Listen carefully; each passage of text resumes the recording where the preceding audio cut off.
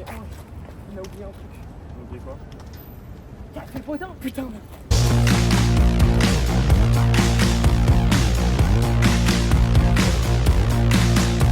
Dis-moi que tu m'aimes, que la vie est belle, que ce monde est fou. Et quoi qu'il advienne, je Moi, j'ai resterai tienne à toi jusqu'au bout. La souris. Oh, à la vie, à la mort, mi à mort, je dois tout. Dis-moi que tu m'aimes et que les autres on s'en fout. Embrasse-moi.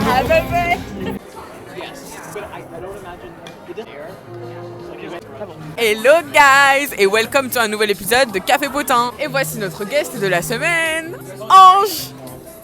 Bonjour. On a pris des petits cocktails et là on a commandé à manger. Aujourd'hui vous dînez avec nous. On est vendredi soir et on se retrouve donc là à Montmartre. En face de nous il y a un bout du Sacré-Cœur. On voit le Sacré-Cœur. Est-ce que tu aimes bien le spot?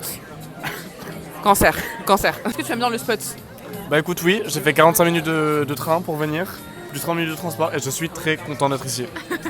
Comme dans chaque épisode de Café Potin, on commence par les potins de la semaine. Ange, je te laisse l'honneur. Bah écoute, là la semaine dernière j'avais ma semaine d'intégration. Ça faisait 2 semaines que j'étais en semaine d'intégration. Donc soirée sur événement, sur rencontre des gens. Je pense qu'au total, je connais et j'ai serré la main à plus de 100 personnes. Sérieux? Putain. Là les cours. Et en fait je pensais, et je pense que tu penses aussi que genre Sciences Po c'est la rigolade et tout. On m'a menti. Le plus dur à Sciences Po c'est pas d'y entrer. Ah ouais? Je pensais tellement que c'était ça, genre en gros que tu te donnais la peine d'aller à Sciences Po et après quand t'es là-bas c'est plus chill. En vrai c'est chill, parce qu'il y a plein de choses...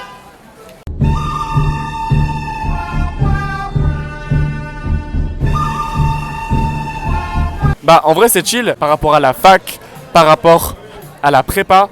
C'est totalement une charge de travail qui est différente, mais ça reste quand même super dur. Il y a plein de choses à apprendre, il y a une méthodologie à avoir, et tu peux pas juste y aller genre les mains dans les poches et te dire c'est pas comme le lycée, tu vois. Ah ouais? Et pourtant le lycée pour rentrer à Sciences Po, genre il y a vraiment une rigueur de ouf à avoir, être hyper discipliné pour avoir un dossier de ouf pour rentrer à Sciences Po. Bonjour, oh, vous inquiétez pas, attendez, hop. Ici. Ah ouais? Ils sont sympas les Parisiens? Ne m'amusez pas à le mettre derrière. Parce qu'en fait, c'est l'un des facilités des choix. C'est déjà arrivé.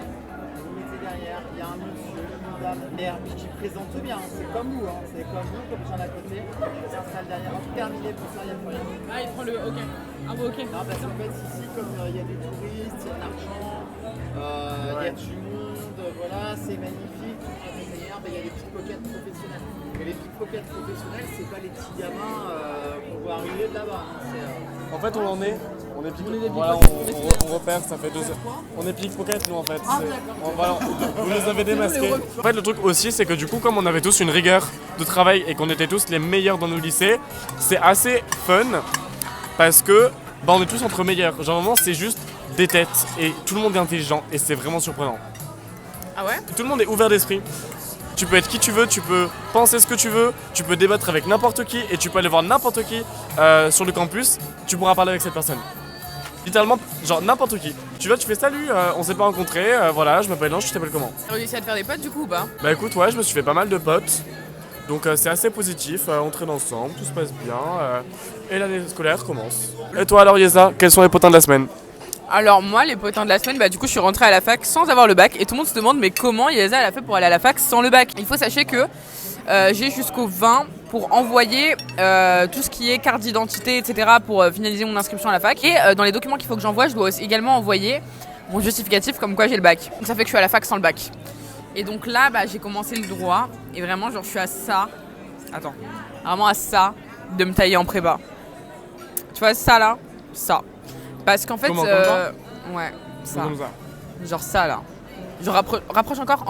Voilà ça. Étant donné que le droit c'est une nouvelle notion, on connaît pas et tout ça, on nous fait que de l'introduction à ce sujet. Et bon, j'aime bien, mais on verra avec le temps et je verrai ce que je fais à l'avenir. Le sujet de la semaine. Alors, il est un peu trash. Il est un peu... Voilà. Mais plus on vous marque, mieux c'est, ok? Comment peux-tu avoir peur de la mort quand tu passes 15 heures de ta journée sur ton iPhone? Et faites pas genre. Parce que passer 15 heures ou 10 heures de son temps, de sa journée sur son iPhone, c'est quelque chose qui est possible et qui se fait parce qu'en fait on remarque même pas. On est d'accord? Oui. Ange, lui, il fait pas trop ça. Bah, en vrai, pour être honnête, si, je l'ai fait. Parce que, en toute honnêteté, j'ai eu mon premier iPhone quand j'avais 8 ans. Mais mon dieu, t'as battu le record. Et c'était genre un iPhone 5S. Sauf que quand t'as 8 ans, fait surtout à l'époque, genre c'est comme si là, à l'heure où je parle, on est genre à l'iPhone 15. C'est comme si on me donnait l'iPhone 14. Genre c'était le summum de la technologie. J'avais genre la technologie dans les mains. Et en fait, il y a vraiment une période où j'ai passé toutes mes journées sur YouTube, où je regardais que des vidéos, je regardais tous les trucs des influenceurs, je regardais tous les trucs des youtubeurs, Natou, Cyprien, je connaissais les vidéos par cœur, je re-regardais les vidéos carrément. Et en fait, c'était devenu mon quotidien, tu vois. Je vivais dans cette bulle d'écran, de réseaux sociaux, de technologie et j'avançais pas quoi. Genre, c'est comme si ta vie, elle était genre en pause, entre parenthèses, pendant que tu faisais ça. C'est ça, et tous les soirs, genre je me couchais à minuit, 2h du mat parce que je regardais des séries. Donc je connaissais même, j'avais pas la fonction temps d'écran à l'époque, mais y a pas besoin qu'elle dise soit, on savait. Moi je trouve que même elle est pas autant limitatrice que ça. En fait ce qui se passe quand tu regardes un contenu, l'idée en fait c'est vraiment de dire genre tu vois, il y a beaucoup de personnes qui sont là. Par exemple moi j'ai rencontré des gens à la fac tu vois, avec qui j'ai discuté un peu, et tu sais qui me parlaient par exemple du fait qu'elles voulaient passer leur permis tu vois. Et j'étais comme bah pourquoi tu passes pas le permis? Ouais, je procrastine, nanana. Mais par contre, ces personnes-là, quand tu regardes leur temps d'écran, elles sont faciles à entre 5h et 10h de temps d'écran sur leur iPhone, tu vois. C'est un peu comme si tu mettais ta vie en pause, tu vois. Parce que quand tu réfléchis à ta vie, quand on te demande sincèrement ce que toi t'as envie de faire dans ta vie, bah j'imagine que c'est pas genre rester sur un canapé à scroll, tu vois. Genre dans 10 ans, si je te demande où est-ce que tu te vois, tu vas pas me répondre sur mon canapé en train de scroll. Non. Ah bon? Non, c'est surprenant, c'est étonnant. Je suis le seul? Non, c'est faux. Tu vas me dire que voilà, tu te vas dans un autre pays, tu te vas peut-être avec une famille, tu te vas peut-être avec, je sais pas moi, t'as ouvert un zoo qui respecte les animaux, t'as lancé une chaîne de pâtes en conserve. Mais dans tous les cas, tu me dis pas que. Ça vient de sortir, Heinz. Ouais, j'ai vu, 2 balles. 2 balles, j'ai hâte que ça vienne en France. Ça coûte 2 euros? Non, Yeza. Quoi? 1 kilo de pâtes, ça coûte 1 euro. Je te jure que leur conserve, elle coûte 2 balles. 1 kilo de pâtes coûte 1 euro. Des vraies bonnes pâtes. Ah, tu veux dire que c'est mieux de prendre des bonnes pâtes? Ouais, mais en conserve, c'est beaucoup mieux, non? Genre en mode, c'est vite fait, tu fous ça au micro-ondes et c'est bon.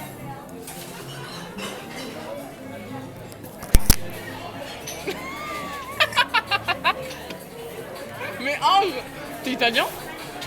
Étant donné que je vais pas te perdre comme ami, je ferai pas ça. Je les achèterai pas. Ouais, c'est comme si tu mettais ta vie en pause. Et ouais, genre c'est pas ce que t'as envie de faire, donc pourquoi tu le fais? Tu t'infliges des choses que t'as pas envie de faire, qui en plus va avoir des conséquences sur toi qui sont mauvaises. Je vais même aller plus loin. Je pense que le fait de regarder des contenus comme ça, en fait à chaque fois quand tu regardes du contenu en général, du contenu qui va juste avoir pour objectif de, je sais pas, de te divertir, bah en fait ton attention elle est portée là-dessus de sorte à ce que t'arrives même pas à quitter la vidéo. Je jure, parfois c'est ça, même moi parfois c'est ça, je scrolle pendant longtemps et après je n'arrive même plus à quitter l'application, genre c'est comme si j'étais hors de moi, tu vois ce que je veux dire ou pas? Vous voyez, des fois on se dit genre l'humanité c'est bien et tout se passe bien, mais en vrai, dites-vous qu'on est arrivé à un point où on sait à quel point l'humain fonctionne, que les grandes marques, notamment Facebook, Meta, Meta, Snapchat, TikTok, ils ont employé des ingénieurs et des scientifiques pour qu'ils découvrent les meilleures façons de rendre quelqu'un accro à une technologie. Ouais, c'est sur ça qu'ils taffent. Oui. Ah merde. Et par exemple, juste le fait de scroller sur ton téléphone et de genre swiper, c'est une des choses les plus addictives au monde. Ah ouais. Ça relâche dans ton cerveau de l'endorphine et de la dopamine, qui sont des hormones du plaisir. Et même pas juste le fait genre de swiper, genre de scroller parce que tu vois des vidéos. Genre juste le glissement de doigts. Il n'y a même pas besoin de TikTok. C'était avant TikTok, c'était avant tout. Ce qu'il faut que tu comprennes, c'est que des fois tu vas sur les réseaux et tu dis ouais, mais genre c'est moi qui suis libre.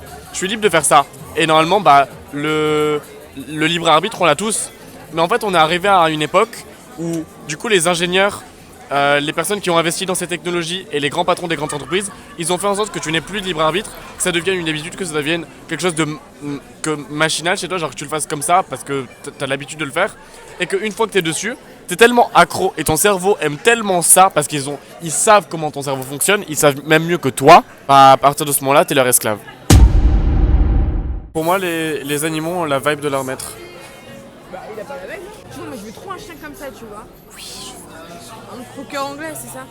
Quand tu regardes un contenu, en général, qui est divers... On a fini de manger. On a fini de manger, la vérité. On avait trop faim. C'était excellent. Excellent. Excellent. Delicious. Y excelente. Delicious. Muy, muy gustativo. Claro. On voit qu'il a fini la science poésie. Tu vois, typiquement, quand tu vas voir quelqu'un, genre, qui a ce mode de vie là, et en vrai, je vais dire la vérité, hein. Même moi, cet été, j'étais grave, genre, sur des 5 heures, et d'ailleurs, j'en ai honte, mais je m'en fous. 5 heures, 10 heures sur mon iPhone, c'est à scroll toute la journée et tout ça. Bon, en fait, t'entres dans un état végétatif comme quand t'es dans le coma et. Enfin, ouais, comme t'es dans un coma artificiel, tu vois. T'es comme genre sur ton lit d'hôpital à rien faire. Et que tu sois dans ton lit ou sur un lit d'hôpital, de toute façon, tu scrollerais de la même façon. Pour revenir à cette idée de à quoi bon vivre et à quoi bon vivre si tu passes 15 heures sur des écrans, faut aussi que tu te dises que à chaque fois que toi, tu perds ton temps, que tu gâches ta vie et que tu te rapproches de la mort en faisant rien, bah c'est des milliardaires que tu rends encore plus riches. C'est des systèmes financiers qui sont affreux. C'est comme de l'esclavage, t'es encore une fois leur esclave. Sauf que eux, ils gagnent de l'argent sur toi. Sur toi, là, qui est là. Tu perds ton temps, tu perds ton énergie, tu perds ta vie. Et eux, ils s'enrichissent. C'est comme si tu donnais ta vie pour que... En fait, c'est comme si on était dans un système où, en gros, pour que les gens vivent, bah, en gros, il leur fallait des points de vie, et toi, t'en as, et tu leur donnes. Tu vois ce que je veux dire ou pas? Genre, tes points de vie, tu les donnes. Et c'est un truc de ouf, parce qu'en fait, le temps que t'as perdu ne reviendra jamais. Genre, le temps perdu ne revient pas. Genre, quand tu passes ton anniversaire, dis-toi qu'après, tu n'as plus jamais... par exemple, si t'avais 14 ans et maintenant t'en as 15, tu n'auras plus jamais 14 ans. C'est fini, cette année-là est révolue. Là, par exemple, la seconde qu'on est en train de vivre, bah, la seconde d'après, bah, on la reverra plus jamais. Comme ça, c'est de la magie. Oui, c'est magique. Non, c'est pas magique, c'est juste l'horloge. Là, pour sortir de ça, je pense que tu sais, ça se fait progressivement et c'est pas juste le réflexe de se dire ok, j'éteins mon téléphone. C'est vraiment genre un mindset et un conditionnement dans lequel tu te mets genre totalement et tu sais, c'est un déclic que t'as où tu te dis ouais, je veux plus comment dire, genre en fait tu dois comprendre la chose, comprendre que ce que tu fais, bah en fait c'est frère, genre tu sais, tu perds de ta vie. Alors que la vie, ça se trouve, on en a qu'une. Je sais pas ce qui se passe après la mort, peut-être la réincarnation ou I don't know. On sait pas ce qui se passe après la mort, mais dans tous les cas, en tout cas, ce qui est sûr, c'est que là, tout de suite, t'es en train de vivre. Et frérot, genre... Et ce qui est sûr aussi, c'est qu'un jour, bah, ce sera fini. Malheureusement ou heureusement, parce qu'on est tous mortels. La condition de l'homme est d'être mortel. Heureusement. Heureusement, parce que j'aimerais pas vivre 200 ans, moi. Ouais, sinon, on finirait comme les dieux grecs, à faire que de la merde parce qu'on s'ennuie. Ah ouais, ils faisaient que de la merde parce qu'ils s'ennuyaient. Bah, ils torturaient les humains, ils les faisaient vivre des choses affreuses parce qu'ils s'ennuyaient. Ah ouais? Bah ouais, c'est ça l'histoire, genre. Sérieux? Donc ça veut dire qu'en gros, si notre vie elle tend vers l'infini, bah on finit par faire des trucs comme ça parce qu'on s'ennuie? Ouais. Et puis même, il n'y a plus de valeur de vie. Ouais. Ouais, de ouf, ça veut dire qu'en fait on s'en fout de prof. Bah en fait, je crois que tu te parlerais encore plus du coup. Parce qu'on s'en fiche, le temps est infini. Ouais, de ouf, et tu te pourrirais la santé et puis tu tomberais malade avec des maladies incurables parce que bah, genre la vie est infinie. En tout cas, tu crèves pas. Bon, je pense que c'est un peu triste et qu'on va pas finir le café potin sur genre vive la mort et on a hâte de mourir parce que c'est pas le cas et qu'on a plein de choses à faire. Mais justement, est-ce que le but de la vie c'est pas justement de se réaliser, de trouver des choses, de faire des projets?